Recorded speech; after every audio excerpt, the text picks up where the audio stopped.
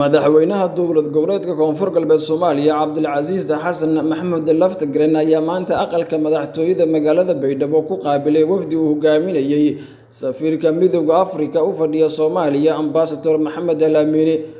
madaxweyne Laftagreen iyo Danjire Al-Amini ayaa kulankooda isaga xog wareystay amniga guud ee deegaanada koonfur galbeed iyo howlgallada ciidanka nabad ilaalinta u jooga Soomaaliya admeysa. waxaa goobjoog ahaa wasiiro, saraakiil ciidan iyo hay'adaha amniga koonfur galbeed iyo agaasimaha guud ee madaxtooyada koonfur galbeed. kulankan markuu soo idlaaday waxaa warbaahinta u faahfaahiyay wasiirka amniga koonfur galbeed Xasan Cabdulqaadir. oo madaxweynaha kulumeena xaalado amniga guud iyo howlgalladiisa la dardar gelin lahaay iyo wada shaqeynta ATMIS iyo hay'ado amniga runtii iswaraysi dheer iyo xaalado dheer kadib wali la isla afgarooday in howlgalladeena si socdaan in hay'ado amnigana si dhow wada shaqeeyaan wafdigana wali bogaadiyeen shaqooyinka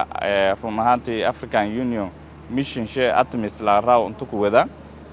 unoona wali in kama hadnagnay shaqooyinka nafurnimada la iyo biyeen markas iyo sidii oo caawiyahan hay'ado amniga guud ahaan eedana aan ka faraxsanahay in iyo habooqdan dawladda koonfur galbeed xaruntii madaxweynahana la kulma waa dad markasta diyaaranay in iyo la shaqeeyaan dawladda Soomaaliya gaar ahaan haddana isteeyada iyo la shaqeeyaan marka teamka noo la shaqeeyo isteedkan ma hadnagni shaqooyinka adag iyo nay lahaayaan waana sii socdo doonto wada shaqeyntina Ilaahay idin sheey wal xoojiyo doona Ilaahay. Cabdi Fataax Ali Umar Tawakkal raadiyaha iyo telefishinka codka Shabeellaha Hoose.